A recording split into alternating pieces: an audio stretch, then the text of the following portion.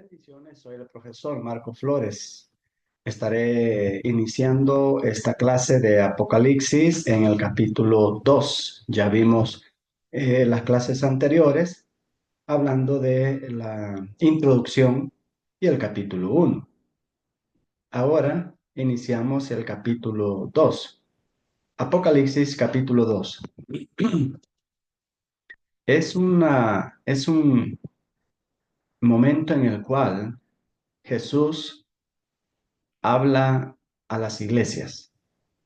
Es decir, nos enseñará cómo afrontar los diferentes problemas que hay en las congregaciones.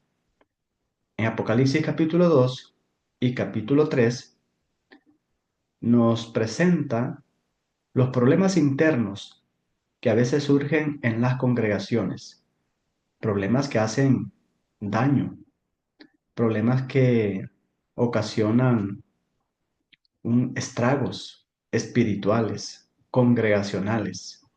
Pero también Apocalipsis capítulo 2 y capítulo 3, Jesús nos habla de congregaciones que tenían sus fortalezas, virtudes y tenían el valor espiritual para afrontar los desafíos que se enfrentan como congregaciones.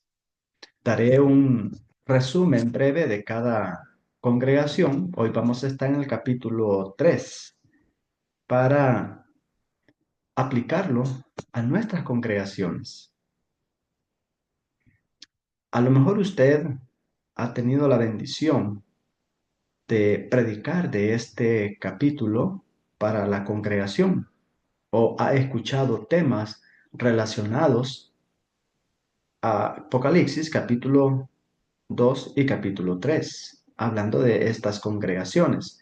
Voy a sintetizar la información, ya que es una información bastante extensa, pero voy a sacar los puntos más importantes para aplicarlos a nuestras congregaciones. El capítulo 2 1 al versículo 7 nos habla de la primera iglesia. Esta iglesia es la que estaba ubicada en la ciudad de Éfeso. Jesús inicia haciendo notar las cualidades de esta iglesia. Dice que era una iglesia que tenía obras, habían trabajado mucho, tenían mucha paciencia, eran hermanos que tenían celo por la doctrina, porque habían probado a los que se dicen ser apóstoles y no lo son. Eran hermanos que habían trabajado, sufrido por la obra de Dios. ¿Es su iglesia así? ¿Son los hermanos de la iglesia donde usted se congrega con estas cualidades? Gloria a Dios. Una iglesia que ante el sufrimiento se mantenían firmes. Una iglesia trabajando hasta el cansancio. Bueno, esta iglesia que tenía estas virtudes también tenía una debilidad. Jesucristo lo dice. Dice versículo 4, pero tengo contra ti que has dejado tu primer amor.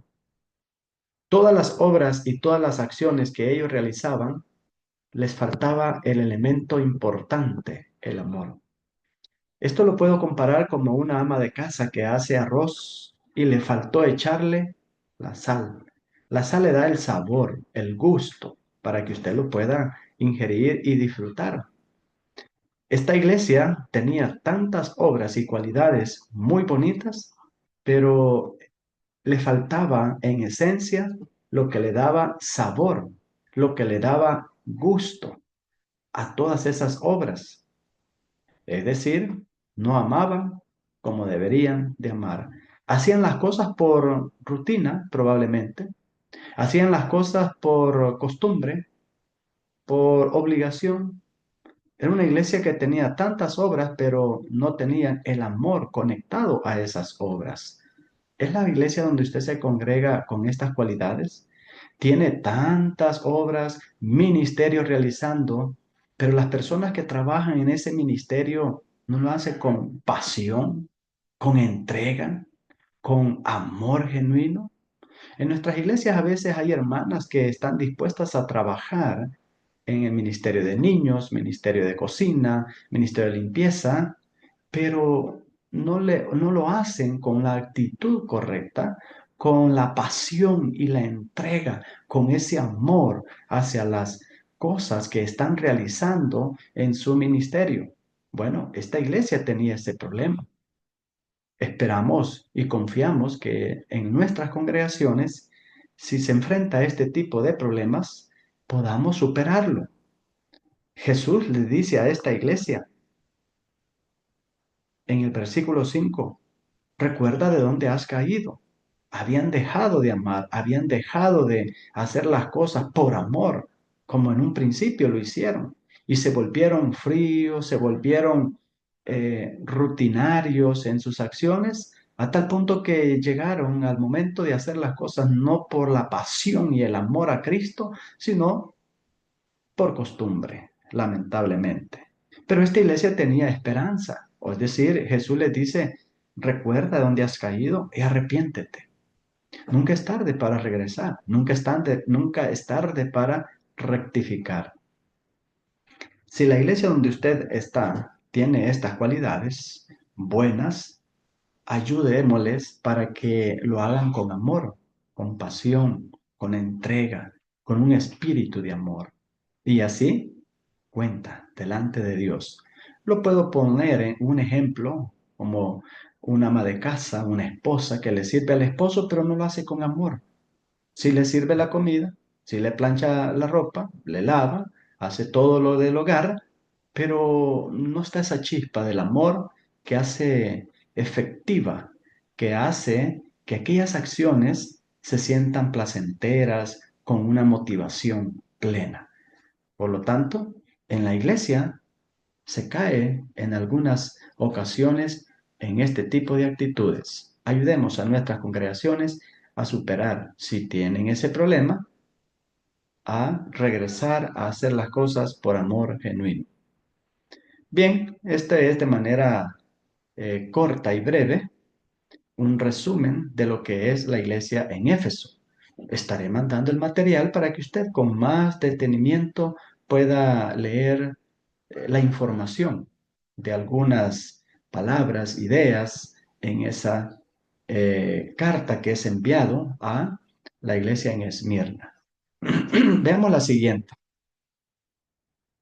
La iglesia en Esmirna, capítulo 2, del 8 al 11. Esta iglesia nos, perdón, nos presenta eh, una iglesia inigualable. Sí, veo en la iglesia en Esmirna una iglesia que se mantiene firme a pesar de las tribulaciones que está pasando. Jesús les dice también: yo conozco tus obras y conozco tu tribulación, y no solamente tu tribulación, sino también tu pobreza. Y también dice: conozco la blasfemia de los que se dicen ser judíos y no lo son. Es decir, esta iglesia estaba siendo atribulada. Esta iglesia era pobre. Los hermanos de esta iglesia tenían una pobreza extrema. Pero además, económicamente, por supuesto, espiritualmente eran ricos, dice el escritor aquí: pero tú eres rico espiritualmente. Pero materialmente tenían escasez. Pero además de su tribulación y además de su pobreza, ¿sabe qué es lo que estaban sufriendo? La blasfemia de los que se dicen ser judíos y no lo son. Es decir, que esta iglesia luchaba no solo con su condición económica y con la tribulación del Imperio Romano. ¿Sabe con qué luchaba también? Con los problemas o las amenazas de los que se decían ser cristianos y no lo eran, de los que se decían ser judíos y no lo eran. O sea que esta iglesia tenía la presión económica, la presión del Imperio Romano por la tribulación y la presión por los que se decían ser judíos o cristianos, pongámosle en nuestro contexto, y no lo eran. Es decir, luchaba contra hermanos falsos. Estaban dentro de la iglesia, pero no tenían la sinceridad. Ahora hago una aplicación. ¿Es la iglesia donde usted sirve, donde usted trabaja o se congrega, que lucha con estas cosas? Una iglesia de escasos recursos económicos? ¿Es una iglesia donde hay tribulaciones por parte de personas que no son cristianas? Pero además es la iglesia donde usted se congrega, una iglesia que está sufriendo por los problemas internos congregacionales, hermanos que se levantan con actitudes incorrectas, con división y que ofenden con palabras a los demás que quieren trabajar. Si la iglesia donde usted se congrega está pasando estas circunstancias, Esmirna se identifica entonces. Pero dice el versículo 10, el consuelo que ellos tienen. Dice, no temas en nada lo que vas a padecer. Iglesia, no tema, sigue adelante, sigue con valor en medio de la tribulación, sigue con confianza en medio de la pobreza y sigue con entrega en medio de hermanos que se oponen, hermanos que le hacen la vida difícil. Siga adelante. No temas, no tema. Alguien está a la par suya y ese es Jesús. Alguien está sosteniendo la confianza y la esperanza, como dice Jesús a esta iglesia, es que la tribulación es por 10 días. ¿Qué significa esto? Es un corto tiempo. Esas situaciones difíciles que usted está pasando no duran toda la vida. Y si durasen toda la vida en esta tierra, bueno, hay una vida eterna donde todo se termina, donde ya no habrá más sufrimiento y tribulación ni pobreza. Así que confiemos en el Señor, que Él tiene cosas grandes para nosotros. Vivamos una vida íntegra, una vida fiel, una vida firme en las cosas del Señor. Eso es algunas ideas o pensamientos de Apocalipsis capítulo 2, donde está la iglesia en Esmirna. Am, Nuevamente, el material estaré proveyéndoselo para que usted lo pueda leer con detenimiento y contestar algunas preguntas que están en ese material. Ahora vamos a la iglesia de Pérgamo, el capítulo 2, versículo 12 hasta el 17. Dice, el mensaje a Pérgamo. Escribe al ángel de la iglesia en Pérgamo, el que tiene la espada aguda de 2 filos, dice esto. Yo conozco tus obras, dónde moras, dónde está el trono de Satanás, pero retienes mi nombre y no has negado mi fe, ni aun en los días en que Antipas, mi testigo fiel, fue muerto entre vosotros. Esta iglesia estaba enfrentando la pérdida de hermanos por causa de la fe. Estaba en una tribulación en la cual hermanos de la iglesia habían perdido la vida por mantener su fe. Esta iglesia estaba enfrentando esta situación y dice que esta iglesia estaba en un lugar donde mora Satanás, donde está el trono de Satanás. Es decir, que era el centro de las operaciones diabólicas, donde los enemigos, ya sea romanos o los judíos contrarios a la fe, le hacían la vida imposible a esta iglesia. Le pregunto, hermano, ¿estaba usted en medio de un ambiente caótico donde hay hermanos que a lo mejor han tenido que salir de ese lugar porque hay una amenaza, no solo física, sino de diferentes índoles? La iglesia estaba pasando esta situación. La iglesia había perdido a un hermano por mantener su fe delante de Dios. Pero esta iglesia, a pesar que estaba en medio de una situación caótica, dice que verso 14, había unas pocas personas, cristianos, que habían mantenido la doctrina. Es que cuando tú quieres mantener la doctrina, cuando usted quiere mantener la sana doctrina, a veces hay una oposición recia de parte de las falsas enseñanzas. Hay amenazas, críticas. Quizás usted está en un lugar donde está rodeado de muchas denominaciones y por usted mantener la sana doctrina y predicar la sana doctrina, se ha creado enemigos. Enemigos por mantener la fe. O a lo mejor su propia familia se ha vuelto su enemiga porque usted profesa la sana doctrina y ellos quieren que usted acceda a las tradiciones religiosas. Bueno, en el caso de esta iglesia en Pérgamo, uno de sus hermanos había muerto. No sé hasta qué nivel ha afectado en la iglesia donde usted está, donde usted se congrega, por mantener la sana doctrina. Esto va a acarrear dificultades serias, oposición, críticas o hasta amenazas. Dice que esta iglesia, versículo 14, tengo unas pocas cosas contra ti, que tienes allí a los que retienen la doctrina de Balaán, que enseñaba a Balac a poner tropiezo ante los hijos de Israel, a comer cosas sacrificadas a los ídolos.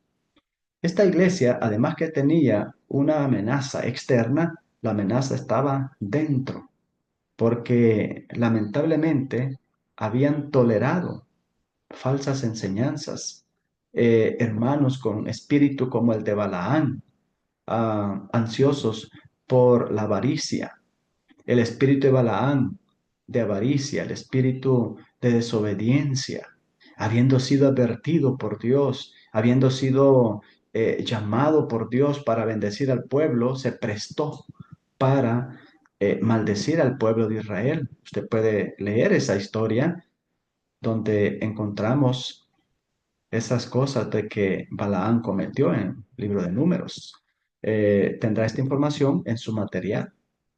Y dice que también esta iglesia había tolerado la doctrina de los nicolaítas, la cual Jesús aborrecía. Era la cuna donde estaban germinándose las falsas enseñanzas, lamentablemente.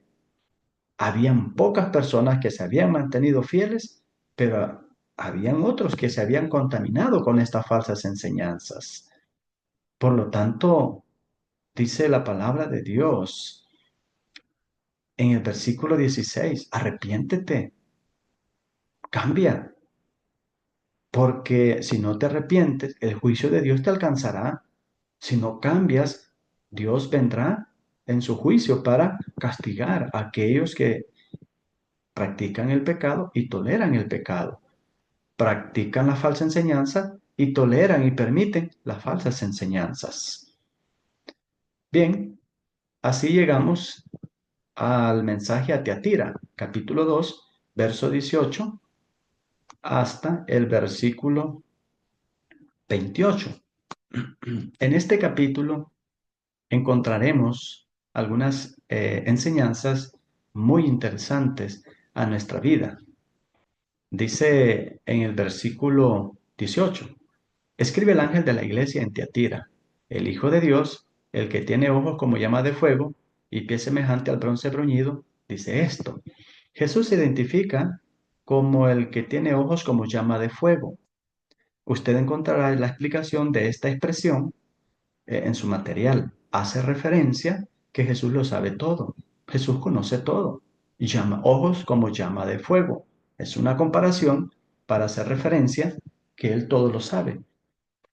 Eh, Pies semejantes al bronce bruñido. Es una comparación que habla de un Jesús que sufrió también las tribulaciones cuando Él estuvo en esta tierra. Pasó por las pruebas. Dice Jesús, yo conozco tus obras, conozco también tu amor, tu fe, tu servicio, tu paciencia y que tus obras postreras son más que las primeras. Una iglesia que estaba creciendo en obras, pero había algo que estaban tolerando y es que permitían la fornicación. Dice el verso 20, tengo unas pocas cosas contra ti que toleras que esa mujer Jezabel, que se dice profetiza, enseñe y seduzca a mis siervos a fornicar y a comer cosas sacrificadas a los ídolos. O sea que Jezabel fue una mujer del Antiguo Testamento que indujo al pueblo de Israel a fornicar con naciones paganas. Y se trae esta figura del Antiguo Testamento para aplicarlo a las acciones que estaban cometiendo algunos hermanos de esta congregación. Y les dice, ustedes están participando de las cosas pecaminosas. Ustedes toleran que hermanos estén involucrados en cosas paganas. Corrijan a ese tipo de personas. No sé si su iglesia tendrá hermanos con esas actitudes que quieren estar en los dos mundos, es decir, en el mundo del pecado y en el mundo espiritual. Quieren estar con un pie en la iglesia y otro pie en el mundo. De ese tipo de personas está hablando aquí. Entonces dice Jesucristo, yo le he dado tiempo para que se arrepienta, pero no quiere arrepentirse de su acción. Hermano, ¿cuánto tiempo más Dios va a esperar para que la iglesia donde usted se congrega, si hay hermanos con este tipo de doble vida, ya dé un cambio? Y si usted es el predicador y usted es un líder, usted es una persona que está al frente, comience a corregir, comience a actuar con sabiduría y con amor para ayudar a estos hermanos a que no vivan en la doble vida. Porque, ¿cuál es la consecuencia? El versículo 22 dice, yo la arrojo en cama y en gran tribulación. Es decir, si no hay un arrepentimiento, entonces Dios va a venir en su juicio. Y no solo al que practica la falsa doctrina o practica el mundo pagano o se involucra en las cosas paganas, sino dice el verso 23, y a sus hijos heriré de muerte. Es decir, todos aquellos que participan y toleran, también pagarán las consecuencias. Hermanos, Jesucristo les dice, el verso 26, al que venciere y guardare mis obras hasta el fin, yo le daré autoridad sobre las naciones. Es decir, Jesucristo premia, Jesucristo honra a todo aquel que permanece en obediencia. Hemos visto estas congregaciones, esperamos y confiamos en Dios, que sea de mucha bendición, identificándose en las debilidades o fortalezas de su congregación y busquemos hacer lo que el Señor manda en cada una de las congregaciones para aplicarlo en nuestras congregaciones. Que Dios le bendiga y su material lo estará recibiendo para que lo pueda estudiar y contestar las preguntas que están en su material. Bendiciones.